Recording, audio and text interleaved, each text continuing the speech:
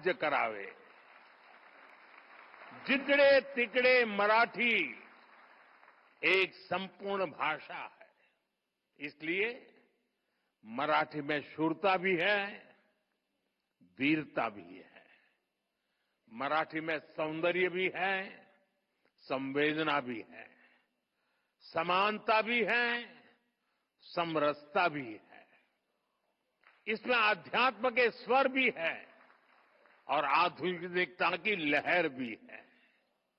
मराठी में भक्ति भी है, शक्ति भी है और युक्ति भी है। आप देखिए, जब भारत को आध्यात्मिक ऊर्जा की जरूरत हुई तो महाराष्ट्र के महान संतों ने ऋषियों के ज्ञान को मराठी भाषा में सुलभ कराया।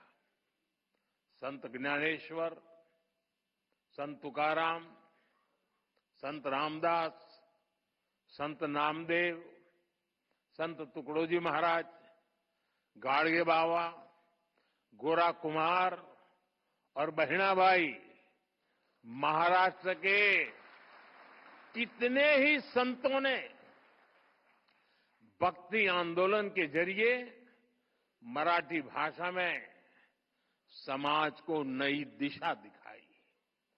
आधुनिक समय में भी गजानन दिगंबर माडगुलकर और सुधीर फड़के की गीत रामायण ने जो प्रभाव डाला वो हम सब जानते हैं। साथियों, गुलामी के सैकड़ों वर्षों के लंबे कालखंड में मराठी भाषा आक्रांताओं से मुक्ति का भी जयघोष बनी।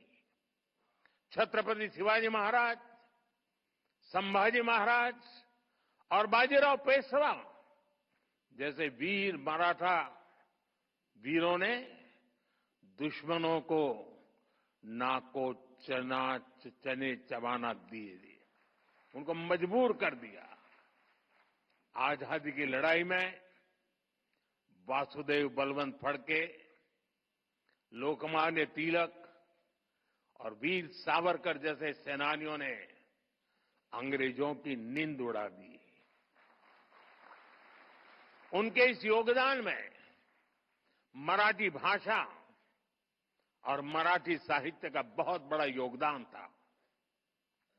केसरी और मराठा जैसे समाचार पत्र, कवि गोविंदाग्रज जी की ओजस्वी कविताएं, राम गणेश गडकरी के नाटक, मराठी साहित्य से राष्ट्र प्रेम की जो धारा निकली उसने पूरे देश में आजादी के आंदोलन को सींचने का काम किया। लोकमान्य तिलक ने गीता रहस्य भी मराठी में ही लिखी थी, लेकिन उनकी इस मराठी रचना ने पूरे देश में एक नई ऊर्जा भर दी थी। साथियों, मराठी भाषा और मराठी साहित्य ने समाज के शोषित, वंचित वर्ग के लिए सामाजिक मुक्ति के द्वार खोलने का भी अद्भुत काम किया है। ज्योतिबा फुले, सावित्रीबाई फुले, महर्षि कर्वे, बाबा साहब आंबेडकर, ऐसे कितने ही महान समाज सुधारकों ने मराठी भाषा में नए युग की सोच को सींचने का काम किया था।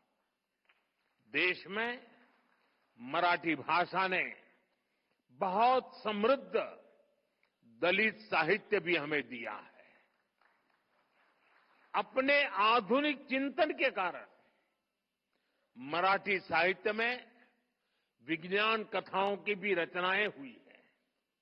अतीत में भी आयुर्वेद, विज्ञान और तर्कशास्त्र में महाराष्ट्र के लोगों ने अद्भुत योगदान दिया है।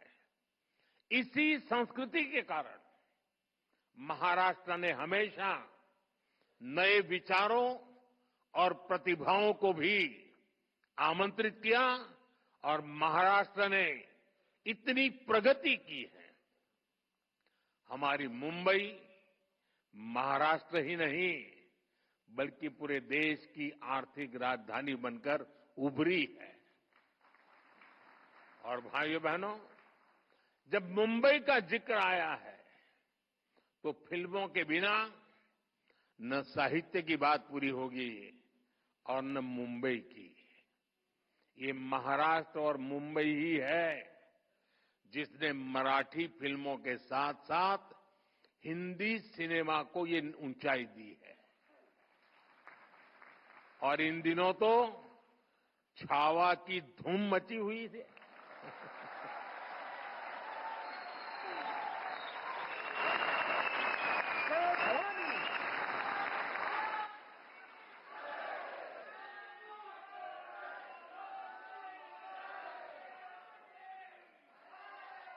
संभाजी महाराज के शौर्य से इस रूप में परिचय शिवाजी सावंत के मराठी उपन्यास ने ही कराया है। साथियों, कवि केशव सूत का एक पद है, जूने जाऊं दया मरणा लागूने जाळूनी किंवा परूनी टाका सड़त न एक्या ठाई ठाका। यानी हम पुरानी सोच पर थमे नहीं रह सकते।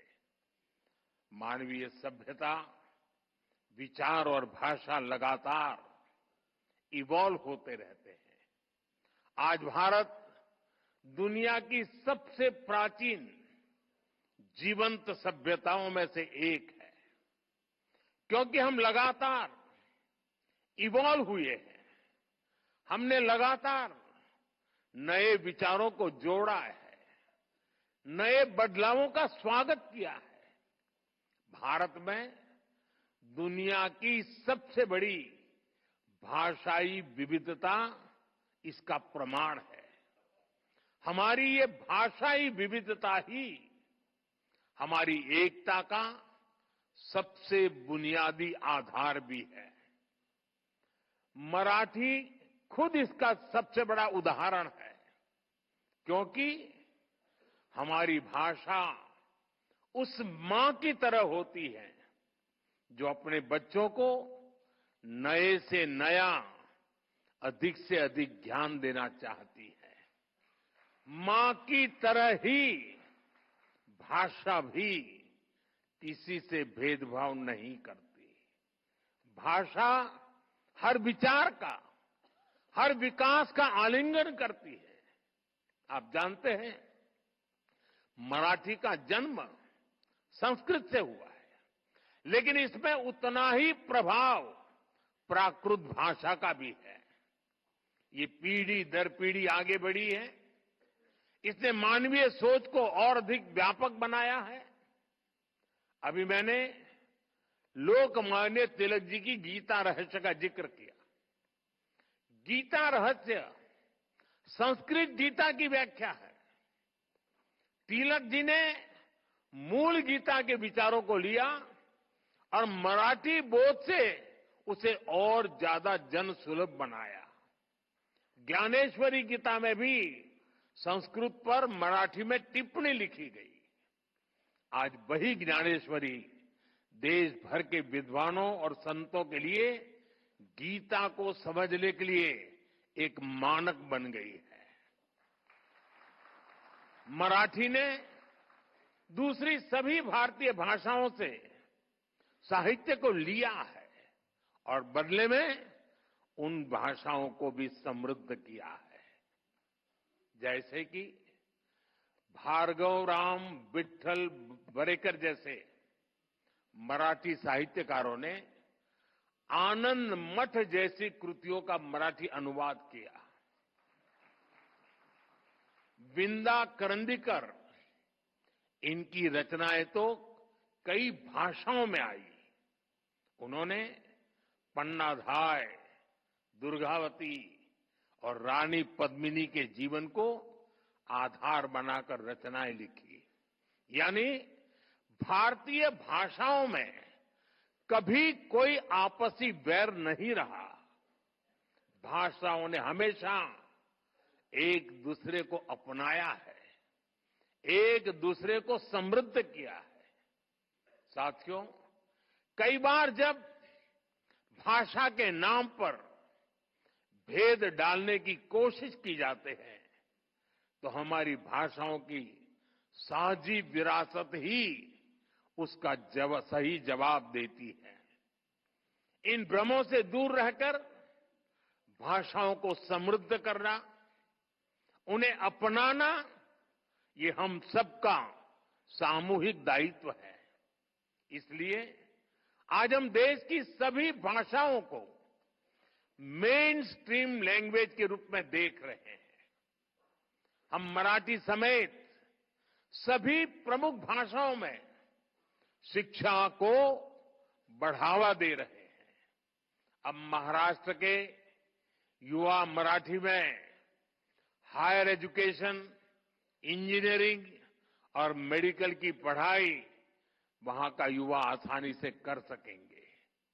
अंग्रेजी न जानने के कारण प्रतिभाओं की उपेक्षा करने वाली सोच को हमने बदल दिया है।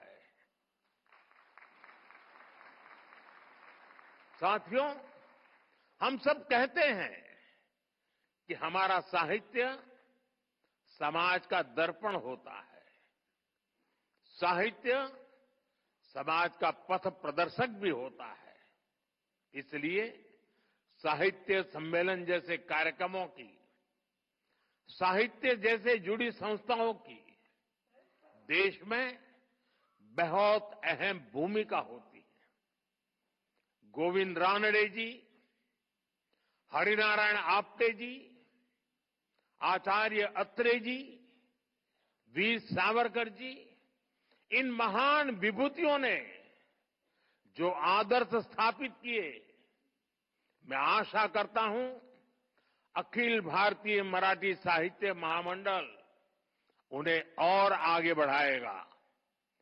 2027 में साहित्य सम्मेलन की इस परंपरा को 150 वर्ष पूरे होंगे और तब 100वां सम्मेलन होगा।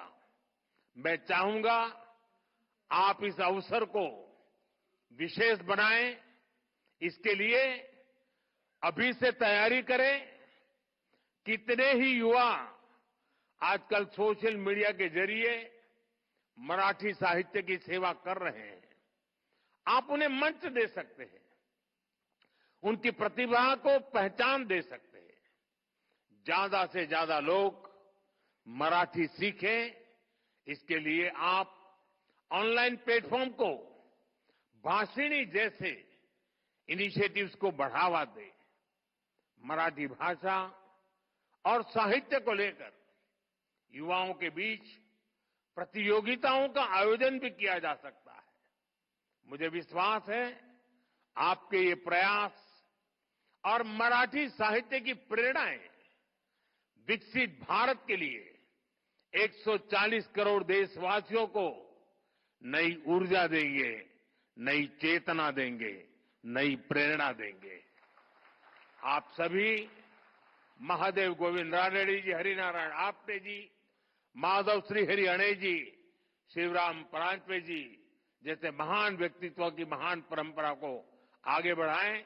इसी कामना के साथ आप सभी का एक बार फिर बहुत बहुत धन्यवाद।